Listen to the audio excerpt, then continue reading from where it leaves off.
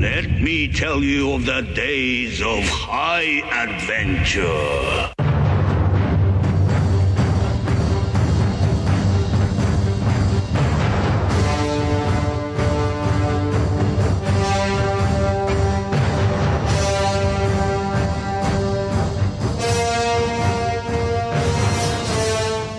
Hey, I'm Kevin. And I am John. And this is 6 Degrees of Schwarzenegger, the podcast where we take a long, hard look back at some of our favorite action movies from the era of Arnold. Schwarzenegger is the icon of the genre, and we're taking a deep dive into some of these 80s and 90s cult action movies and breaking them all the way down. Brother to brother. Brother to brother. One to another. Like no other. Brother to brother. Brother to brother. Never knew you could feel. Hey, John. Hey, Kevin. How you doing, bud? I'm so great right now. Thank you. We have made it to the final chapter. What? How did we do it again? I don't know. So reliable. You can always count on us to get there. Absolutely. We're here to wrap things up about an amazing movie from 1988. Twins! Shit. Indeed. Indeed. Brother to brother. A lot of good music in this last act. A lot of brother-related songs. Yeah. I will try to sort of recap what's been going on here. Hit me with it. We got these unlikely twin brothers, Julius and Vincent, played by Schwarzenegger and DeVito. They are trying to track down their origins. They got a hot tip that led them to New Mexico to meet a scientist that had a hand in the experiment that spawned them. That's rough language. Spawned. Julius strong-armed the guy a little bit. He told him where they could go and find their mom out at an artist colony north of Santa Fe, New Mexico. So they're going to go check her out. Also, they got a couple of sweet ladies with them, the sisters, Linda and Marnie. Both Julius and Vincent both got lucky after a night out on the town in Santa Fe. Yeah, that kind of is the whole last chapter. There was a bar fight. There was a bar fight. The Clanes are after Vincent because he owes this like family of loan sharks money. Vincent's on his way to Houston to deliver a stolen something or another that's in the trunk of this car that he stole. And only he and Linda know that that's part of this journey. That's right. That's the real mission, at least the mission that Vincent set out on. But now he's fully embraced the idea of having a mom because he grew up feeling like he was an orphan and that his mom abandoned him. So he's really looking forward to having that family whole thing that he missed out on. That's a good catch-up. Absolutely, brother. Yeah. So they wake up after everyone's thoroughly boned and They get up, and it's time to drive to Whispering Pines, the artist colony, to meet Mama Benedict. And it's a fucking awesome spread. Oh, dude, it's incredible. Like adobe walls, like it's surrounded by mountains. Apparently this is some type of Audubon Society property. That makes sense. Something. That's cool. It's fucking amazing. I would love to live in a place like that. Vincent's super excited. He's obsessed with how much the property must be worth. It must be worth a fortune. Although Julius, Mama's rich. You shouldn't always think about money. Yeah. I'm just saying, it's nice mom's loaded. That's a worry she won't have to have in old age. Totally. It's good. They ring the bell at the gate, and a man comes to the door to tell. A man comes to the door. He's like, in great. I feel like this guy's super swole. He's every time we've watched it, you've been like, that dude is yoked. He's just in great shape for a 40 or 50 something year old. Oh, I bet he was pushing 60. He's he seemed like he was in his 50s. But he's in great. Anyway, they tell him that they're there to see Marianne Benedict, and he's like, that's not possible. Which is weird. It's a weird answer to give. Yeah. Yeah, but they insist, saying she's going to be very happy to see them. But the guy says it's too bad, and that they need to write a letter to the Benedict Foundation stating their business, and closes the gate. And that's that. Vincent. Yeah. Vincent is like super excited by the word foundation. He's millions, Julius. Mama's rich. Yeah, so they're like, we can't take no for an answer. The only alternative, and I'm surprised Julius is into this, was like, we've got to trespass. Absolutely. Okay. I feel like in a true to life version of this story, Julius would have said, we have to go back to the hotel and write letters. Yeah.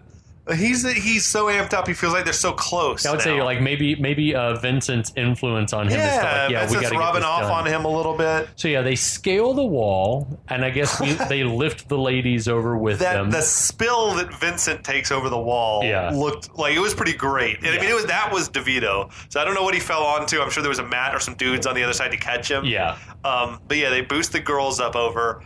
Marnie, whatever it is that she's wearing, my god! It's like a onesie, like a little satin or shorts silky, onesie, like little shorts. Oh my god!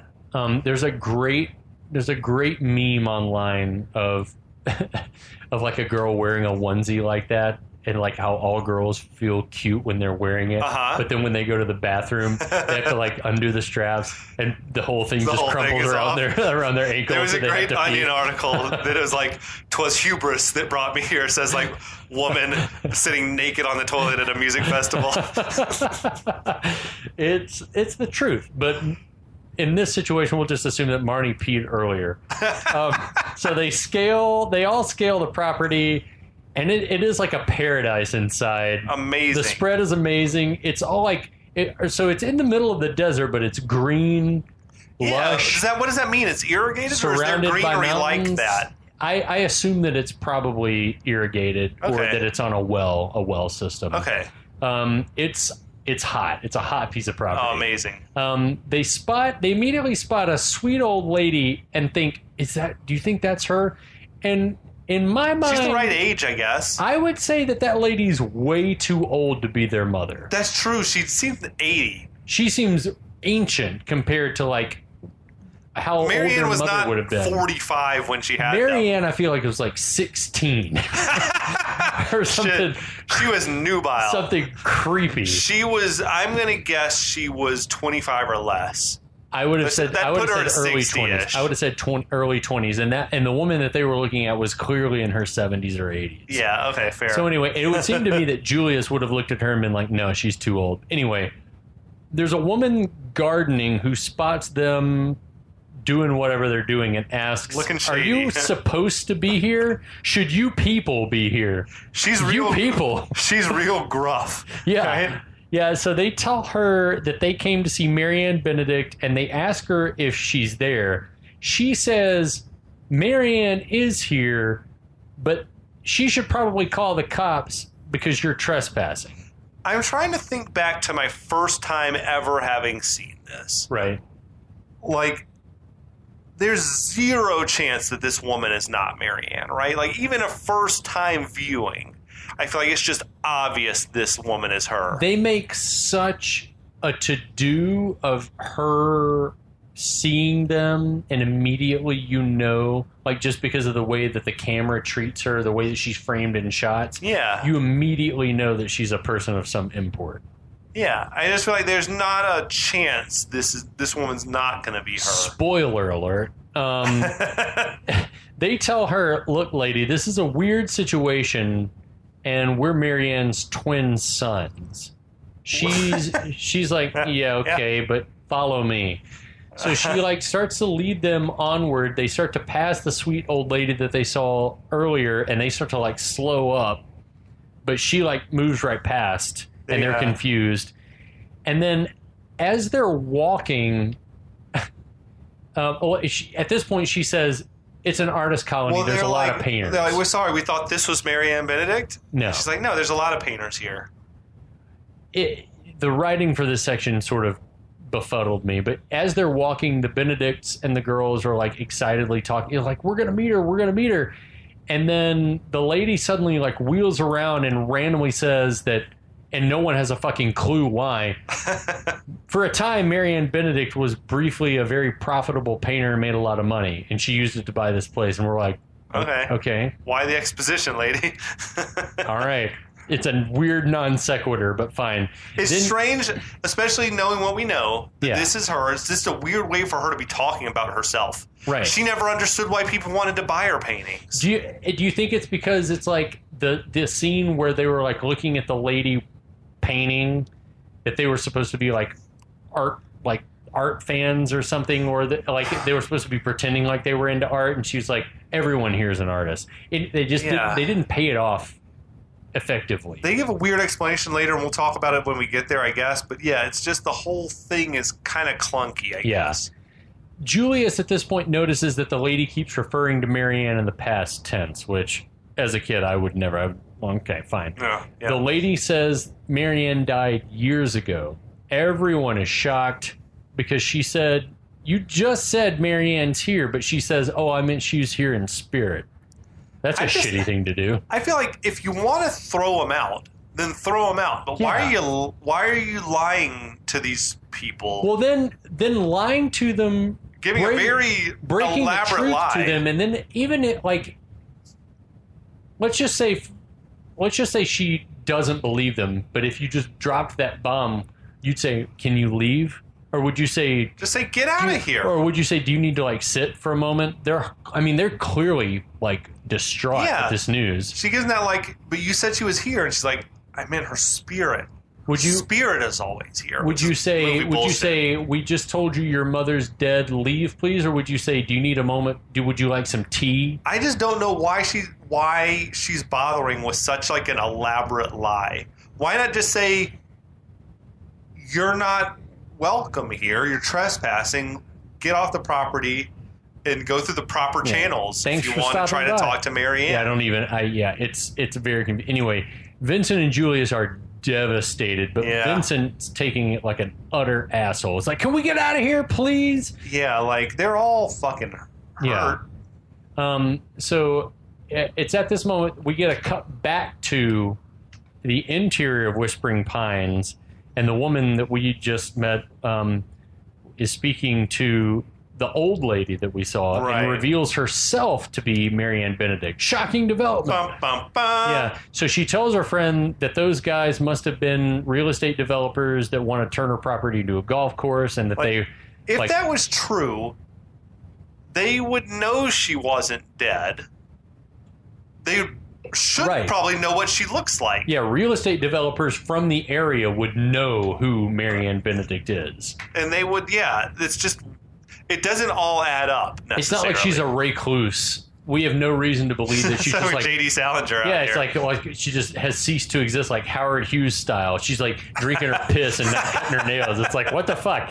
So, she's like, oh, they were pretending to be my twin sons. Yeah. And then she gets wistful and says, I did have a son once. Wouldn't that be an exceptionally bizarre lie for these real estate developers to be trying to push? Yeah. Like, why would they pretend to be twins? Wouldn't she immediately have been on the phone to Traven or Werner to be like, what the fuck is this? Yeah. I mean, I could see her just thinking these guys are full of shit, but why would they tell such an unbelievable lie? Yeah. That we're twins. Yeah, I don't know. We're her twin sons. The same reason people believe that the Nigerian prince is trying to I guess so. Is it what you want to believe? Yeah.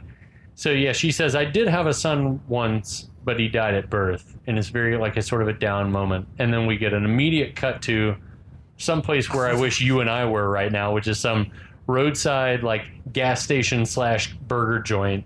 Amazing scenery. The background panorama is staggeringly beautiful.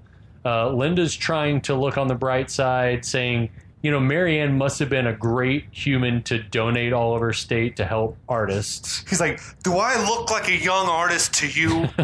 What a dick. He's being a total asshole. And then he randomly accuses Linda of just being out here because of the money, which how would that even be possible? He's like, I know what you're here. I know what you want. I know what you're here for. It's got nothing to do with family and everything to do with money. Is he insinuating it's like she knows about the thing in the trunk and that's the only reason she invited herself along?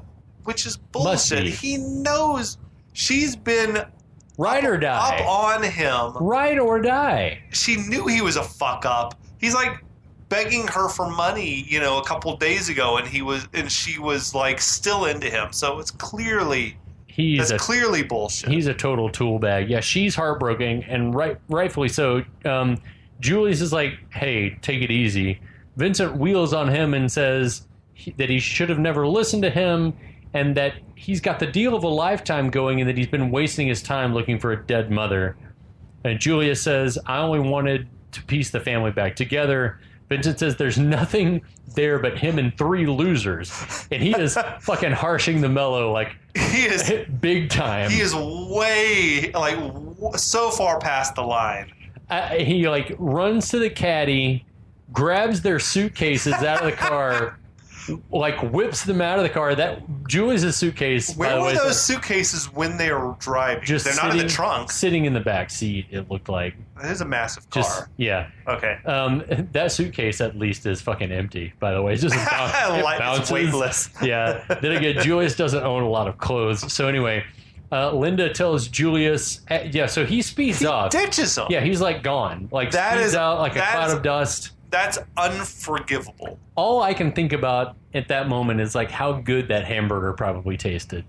Can you imagine that roadside hamburger with like with real onions? Thin. It's real thin. Yeah, onions. It was flame broiled or charcoal cheese, grilled. American yellow. Yes. American Oh my god. cheese, yeah.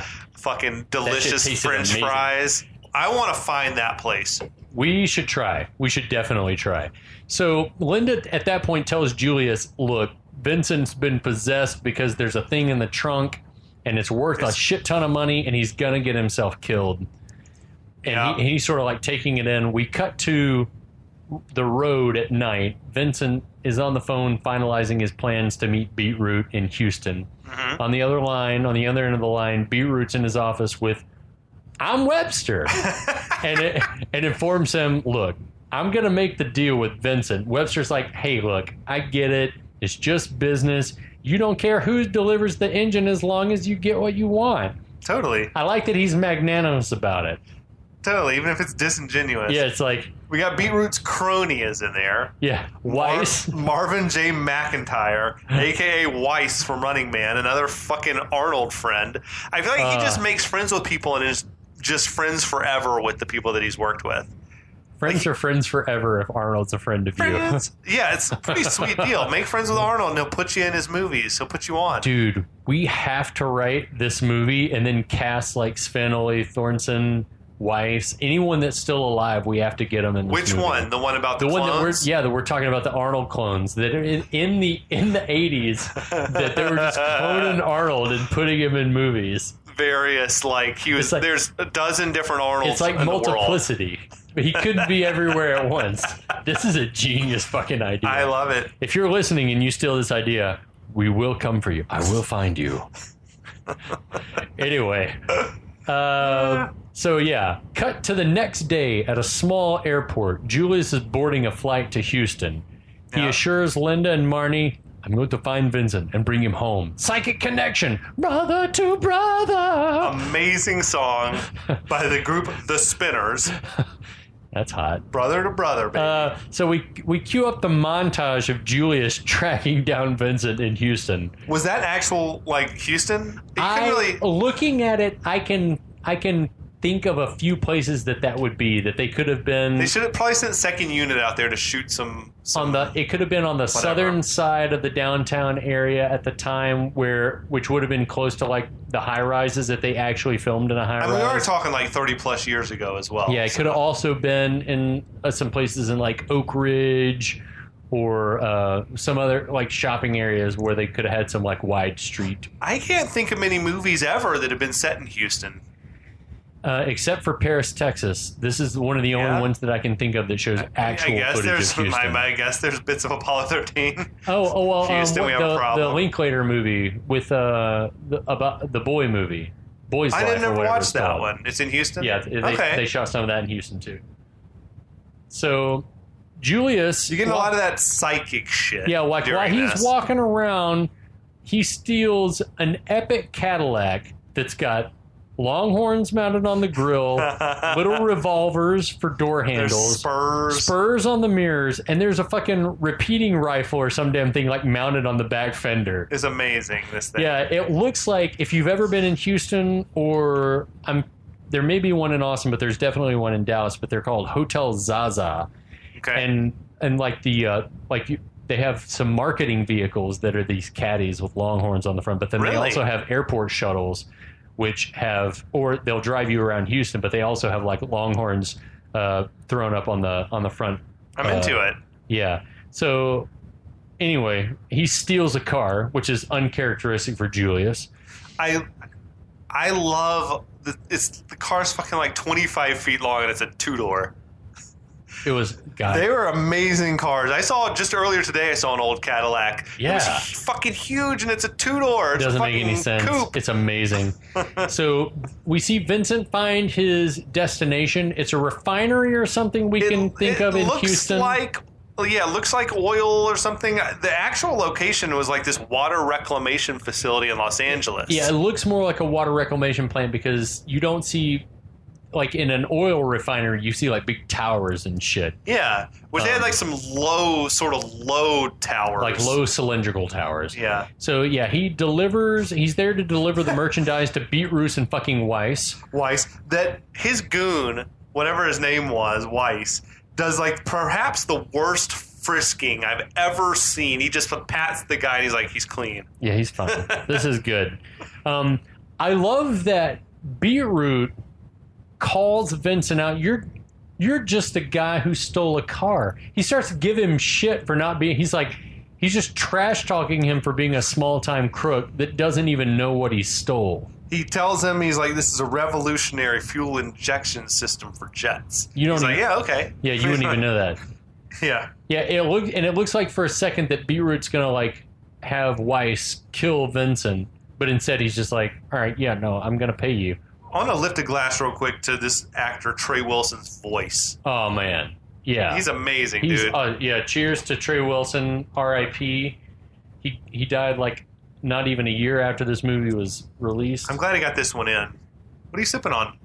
This is Reformation Brewery right here in Atlanta, Georgia. This is the Woodstock, Georgia. Excuse me. Ooh. Reformation Brewery in Woodstock, Georgia.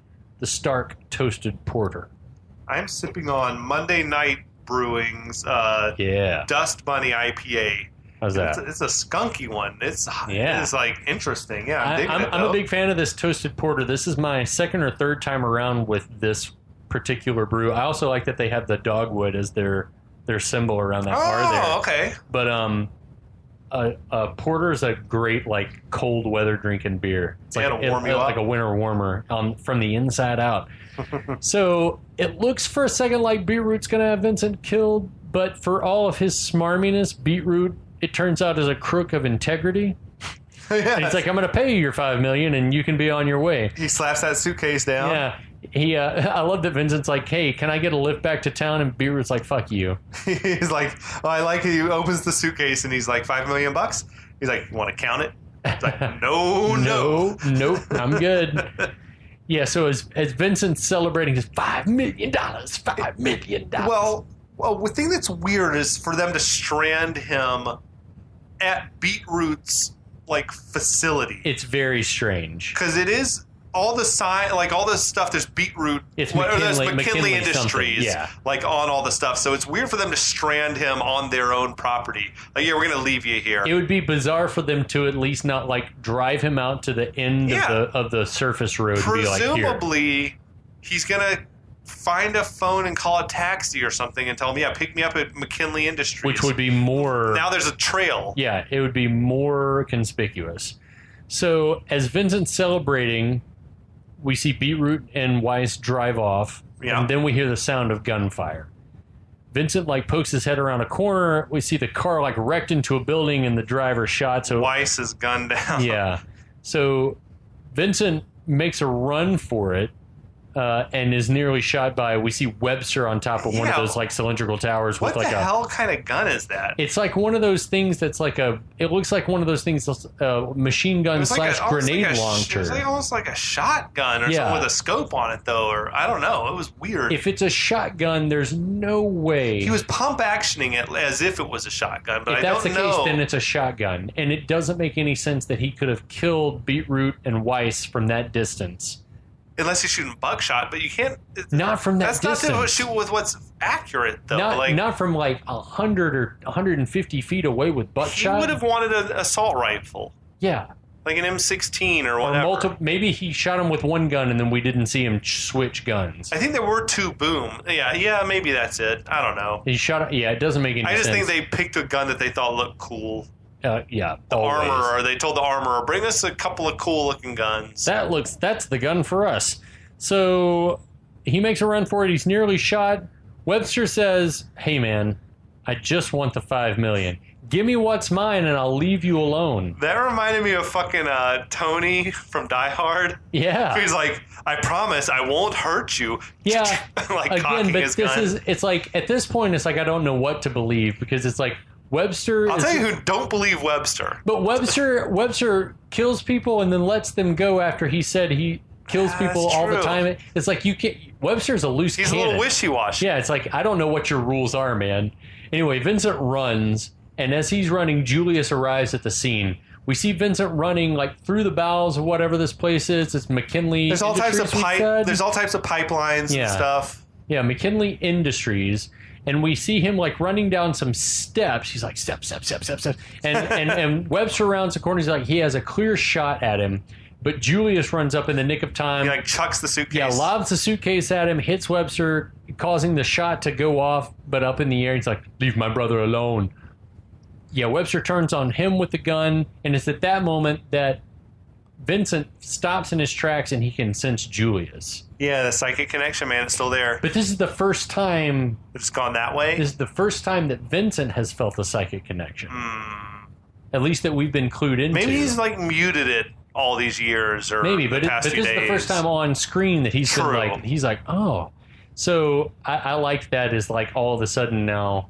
They're rubbing off on each other. They're getting each other's traits. That's definitely happening. So Julius is telling Webster, he's like, relax, don't be nervous. I hate violence. Plus, I never carry a gun. I love he tells him to don't be nervous. That's such a sweet thing to say to someone who's going to kill you. But my clone, John Matrix and Dutch over here, they do carry guns. Yeah, Vincent comes back and tells Webster to lower the gun and I'll hand over the cash. Webster wants Vincent to open the case so I can see the money. So he's like, okay, I'll open the case. Then Vincent and Julius begin bickering back and forth about why Julius came back. And Webster, I love why they're arguing. Webster's like, all right, close it. He's like, oh, close it? Okay, open it, close it, open it, close it. You know what thing I read that's I'm sure true because the internet's never wrong? $5 million in $100 bills would weigh 110 pounds. Damn. That seems like He's a like lot. just running around with the suitcase like it doesn't weigh anything, and that would weigh a fucking shit ton to try to carry around. That's a lot. That's a lot. If you think about it, I guess if it's like just stuffed with dense paper, that's pretty fucking heavy. You and I recently, at least we had knowledge of, if not helped carry, I think I tried to pick one up by myself, but some cinder blocks that your dad was moving around. Okay. Those cinder blocks. Were they heavy as shit? What do you think they weighed? 50? More than 50? More than they had to weigh closer to 100 pounds. Shit. Because I remember you saying you thought maybe 50, and then I tried to pick it up. I was like, no, same 50. Because I remember like lifting like 50-pound bags of buckshot for my uncle because he used to fill his own shells at home. And so anyway, those 150 pounds of a suitcase. That's a lot. 110, but still, whatever. That's a lot. It would throw you. You couldn't just run around with it. No, you'd be dragging it. And especially not DeVito. Nah, he probably only weighs 150. Man, I wish DeVito had played Wolverine. Was he supposed to? Well, no, but he's got the voice for it, the attitude. Wolverine's supposed to be only 5'3", and DeVito's shorter than that. Damn, I didn't know that. Yeah, Wolverine's only 5'3". Anyway, neither here nor there. Anyway, Vincent and Julius are arguing. Webster interrupts, says, "Hey, you've heard this line in this movie. I can't let you go since you've seen my face." He's not consistent on this rule. You glossed over the fact that, like, Vincent, when he has him close it, he sort of just picks up the case and starts to walk off with it. Yeah. He's like, hey, I think the suitcase belongs to me. And he's like, oh, yeah, I'm sorry. He gets like distracted. It's so awesome. Yeah. So, yeah. And then he says, I got to kill you because you've seen my face. But then... So what, you're still going to kill us even though we gave you the money? Yeah. He's like, yeah. And so then Julius says, hey, wait a second. You're forgetting the third rule in a crisis situation. There's some sort of like telepathy again now. I think that the Benedict twins telepathy is like on full blast. Yes. And they sort of look at each other. They look up at a heavy spool of chain hanging from the ceiling above Webster's head. It's all being laid on like very thickly. They're like, the third rule. Yeah, so Webster was like, what's the third rule? And then in unison they say, duck. and Vincent pulls a lever, and then a comedically large chain and a mount of chain. Yes, I loved it. I mean, the spool hitting just right on the crown of his head would probably kill him. Yeah. But, yeah, then it's probably a ton of chain. Like, as in 2,000 pounds of chain probably is sitting on him. It is Crush him, right? It is a pile of chain that's as tall as Arnold, maybe taller, and at least as wide. So it's like... Oh, it weighed enough to probably have crushed him. To crush... I'm Webster. To crush a Webster skeleton. So I did a little research about because that's how I found the screenplay in the first place. Right. I got curious about the third rule or the rules in a crisis situation. Oh yeah. And was this real or was it fully made up? Like, did it come from some old text? Was it fucking Sung Soo or something? Right. So it seems as though it's completely manufactured, but I did find it in the script. It would have been the last chapter that we did after he took out the claims. Right. After quoting the second rule, that Vincent was supposed to ask him, how many of those rules do you got? And he told him, it's quite a few. They were formulated by a Kendo swordsman in the 17th century, but their philosophical underpinnings can be applied to many different areas of life. I was like, okay. I mean, I'm glad they didn't go there. But I wonder if where did that come from? Where did that idea come from? Screenwriters pulling something out of their ass would be my guess. I wonder if it is sort of like Sun Tzu, though. I should have found it if it was real. I should have found it, but you can't beat yourself up now. Yes. So anyway, Webster's dead. We gather he's smushed. Julius thanks Vincent for coming back. Vincent says, "We're family." He picks up the briefcase and says, we're a rich family. We're a rich family. But Julius says, we're going to be a good family and return that money, baby. Return it to who? We don't know. Beetroot's NASA? Dead? Yeah, Beetroot's company? It doesn't make any sense. Returning the engine? Yes. Yeah. Returning the money? I don't know. Yeah, I'm with you. I just don't... This is the money that Beetroot was using to try to steal the engine. McKinley Industries CEO. Yeah. I don't know. It's just weird. Meanwhile, at Whispering Pines, north of Santa Fe, Mary Ann's friend, the old lady, shows her the cover of the USA Today, on which we see twins, Julius and Vincent, accepting an award for returning a stolen engine. Right. What the fuck? And then it's like, well, wait, these guys really are twins? Huh? Yeah. So we cut to... I love that we see an over-the-shoulder shot of the newspaper in Traven's office, reading the same story. Albuquerque Journal has got that story on the front page. It's a national story, Kevin. I guess so. Twins return stolen engine. Just happened down the street.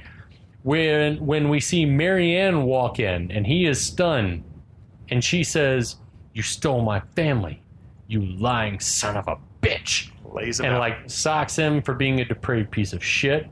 Which he deserves, and rightfully so. Back in L.A., we see Linda trotting up some stairs to her, we think it's her apartment, and finds Vincent on his knees with a flower begging for forgiveness. She says no. Rightfully. Yeah. Yeah. No. Yeah. You ditched me in the middle of Arizona after you accused me of gold digging or whatever. Yeah. He doesn't deserve another chance. At this point, he's been unfaithful how many times? Yeah. Like, I mean, it's just there's a litany of reasons that she shouldn't be with him. Vincent leaves. She enters her apartment, and it is filled with flowers. Do you think Marnie was in on this? To let him in? Yeah. That's my take. Is that Marnie had to have had a key? Maybe, and because she'd be even less likely. She and Julius, but she knows that she and Julius are going to be together. So it's like the path of least resistance. It's most convenient if you guys are together. Yeah. Maybe, or we know he's a pro at fucking breaking and entering. I mean, that's true. He also could have just picked the lock. That's I guess. True too. Plus, we know he's not hurting for cash, as we'll find out in a moment. But anyway. Her apartment is filled with flowers. She goes outside, but Vincent's gone. Those flowers won her over quick. Well, she'd be a fucking fool to let Vincent back into her life. It's the truth. But this is a movie. It's a movie. We need a happy ending. She turns around and Danny DeVito, like crawling on the ground on his knees. This is the bit that gets me. How is he inside the apartment now? Where did he run around back to a fire escape and come into the window? Illusions, Michael. Illusions. The trick is something a prostitute does for money. Or candy. I don't know how. That's one bit of this movie that's baffled me every time is how did he get into the apartment so quickly? Yeah, I don't know. Where did he go to get in? He must have come through a window or a fire escape or something. Was Julius down around the corner and he ran and gave him a leg up and threw him up a window? I have no clue, man, but it's a good movie moment. Vincent's like a circus midget, just flies up. I can't say midget on air, but I did. I'm sorry. Like an acrobat, a small acrobat. A small little acrobat. Anyway, she immediately forgives him. Oh, yeah. It's the most romantic thing that's ever happened. And then cut to Julius and Vincent working in the newly formed Benedict Corporation, a consulting firm, a think tank. Something like the Rand Corporation. Only smarter. Yes. So, having settled all their debts, we find that the boys are left with just over $12,000 after the $50,000 reward that they got for returning the money to whoever. Do you think that involved paying the claims back? Must have, because 20 to the claims. Julius wanted to pay them the claims off. Yeah. Okay, I was just curious if you would pay it back after you beat him up and whatever else. I think that Julius has such high honor, even after the attempts on their lives, that he'd be like, "Yeah, we got to pay him back. So, otherwise, they're going to kill us. Exactly, they'll come back for us sooner or later." So Vincent seems down. Julius says he's upset because he made him return the briefcase, and then I love this. Oh, you mean the money? The $4 million. They lay it on so thick. So he stole $1 million. Just think about it. That's a lot of money, Jules. $4 million. Just say it. $4 million. So he stole $1 million. He snuck it out of there somehow, I guess. Yeah, he skimmed it. What did Vincent do with $1 million? He tucked it under a mattress. I'm assuming it's just hidden somewhere. Or did he? Is it? It's under the floorboards in the house. I don't know, man. Marianne, at that point, comes a-calling with a teddy bear. Bring in the teddy bear. That's a weird flex. And her hairstyle is something. We don't. It's like an animal. She says she can't tell which one is which. Okay. I don't even. Yeah. Okay. Because you know their names, but no, I don't. Okay, that makes sense. That's a joke. I get it. It's. She says she's sorry she didn't believe him, but the story was so unbelievable. We're all there with you. She's dead ass right about that. Yeah. She remarks that I was like, you found each other, and then you found me, and there are tears in her eyes. It's a heartwarming moment. They realize she's their mom. Yeah. And just Mama. It reminds me of Land Before Time, like. Well, Littlefoot? Yeah, like Littlefoot and all the, there's one dinosaur like, Mama, right? Or no, you think about that live-action dinosaur show. Yeah. Not the mama. Yeah, not the mama. That's what it is. Something hatching from an egg. Not the mama. Yeah. DeVito milks the hell out of that scene where he's like, Mama. I fucking love DeVito. We really need to watch Through Mama from the Train again. So good. Yeah. I think this moment means more to Vincent than it does to Julius. Because he's lived without love, without any kind of nurturing in his whole life. And to me, there has to have been a part of Julius that was like optimistic that the right thing was going to happen. Yeah.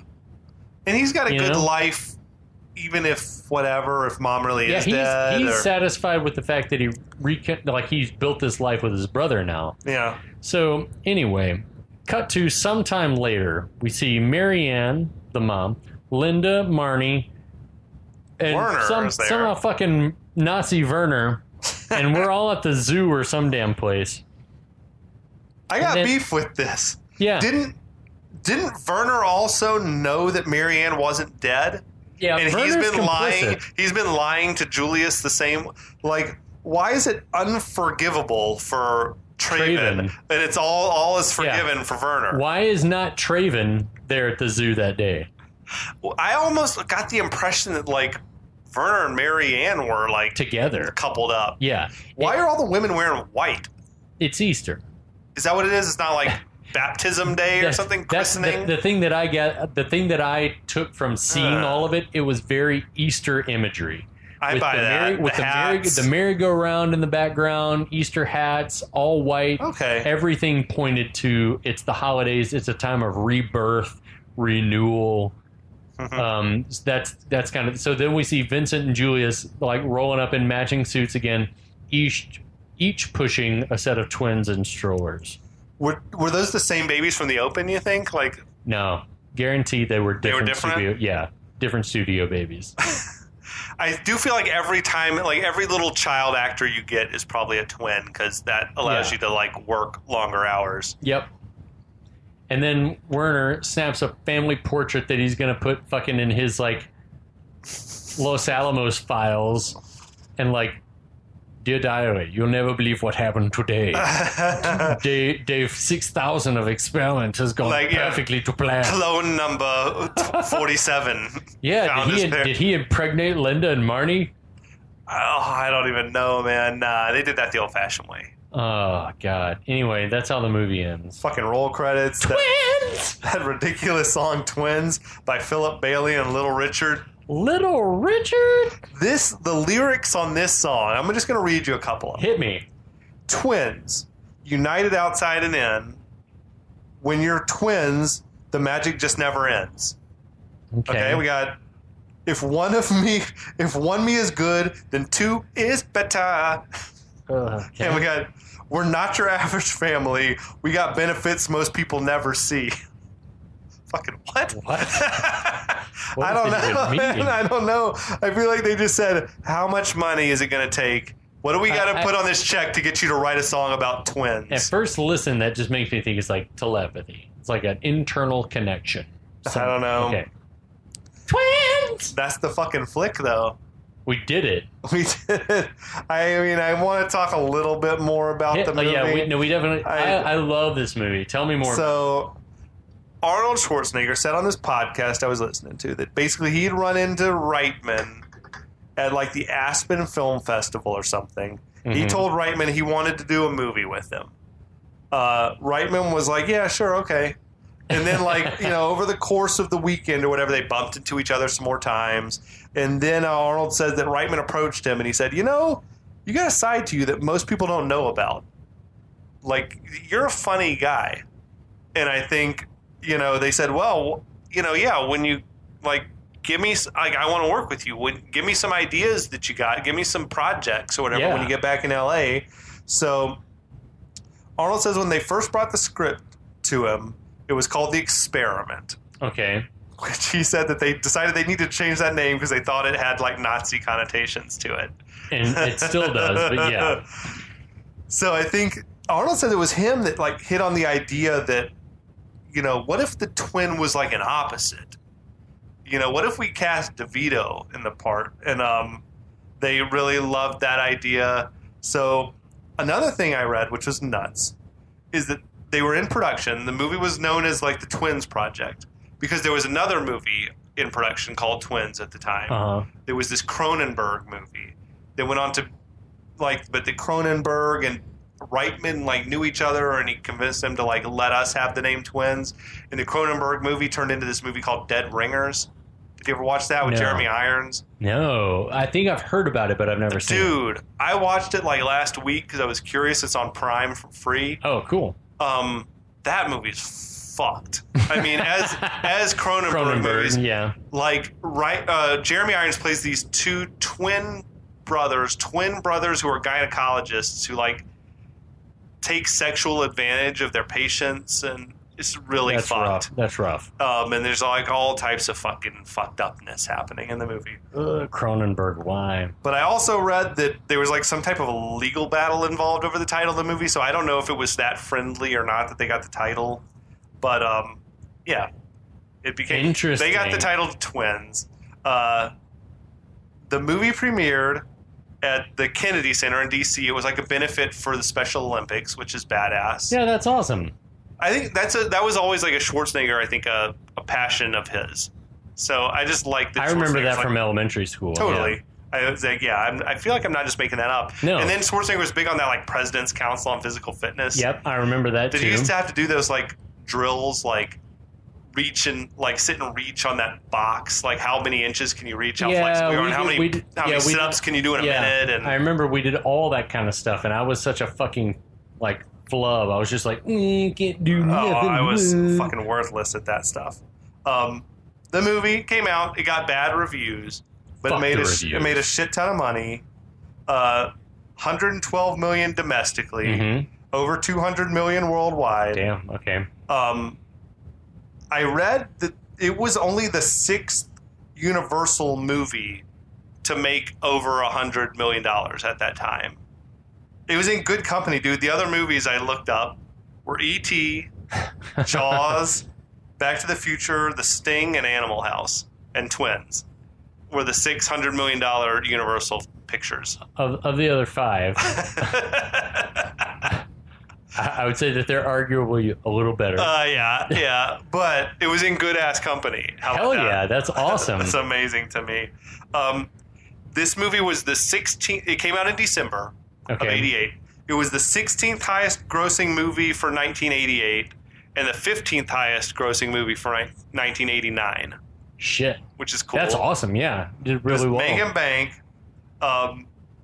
Yeah, and that's fucking Twins, man. I didn't really look into like what were the other big ones of that year. I know Batman was 89 and that fucking crushed everything. Man, the 80s were such a good time for movies. Yeah, And dude. Schwarzenegger was just crushing the game. Well, this took him to that another level, right? Yeah. Like, oh shit, you can do anything. Like, you're and funny. and you can do family. We also talked about like this movie, him showing a different sort of range than he'd ever shown to this point. Yeah. Like I feel like maybe if he doesn't do something like this, then something like True Lies doesn't ever get Totally. made. You know, because it shows that he can act besides just brooding. He can deliver lines. He can show emotion. And not that the movie was good, but he No. probably doesn't get something like Batman and Robin, Yeah. where he's like playing like got to deliver these funny Like a comic book one-liners villain. and stuff. Yeah. I mean, Kindergarten Cop obviously was like fucking brilliant. I can't wait to talk about that movie. Kindergarten Cop is It's genius. amazing. Yeah. Somehow it didn't make as much money as this movie. I would have thought it would have done better. I feel like it's probably because even with little kids, it's a little bit darker. It's movie. dark for kids, and I feel like for people who liked Arnold for the action shit, they probably felt like it was a kiddie movie. Man, Kindergarten Cop's great. It really Twins is. is great too. I feel like Kindergarten Cop's better than Twins, though. Just empirically, Yeah, it's a more interesting I agree. story. But I love them both. Yeah, the acting and that one's good too. Yeah, but anyway, yeah, Twins is near and dear to our hearts. We've been watching it for a lot of years. We'll continue to watch it because it's awesome. Yes, indeed, we will. Bet your sweet Brother to ass. brother. Twins. United outside and in. That's it. It's When you say it something. like it's kind of dirty. It sounds gross. Little Richard. Brother damn it. fuckers. Oh God. Damn it. What the fuck is that? I don't know. That's familiar to me though. Anyway, I don't have a brother, so anyway. I don't know. I guess we're done talking about Twins now. I think We're we gonna should go drink beer and watch Price is Right. We hope all of you are having a good spring. It's early spring. Sure it is. By the time this is, it's springish. Yeah, it's spring now. Spring is sprung. Spring is sprung. We'll be back. Hasta la vista, babies.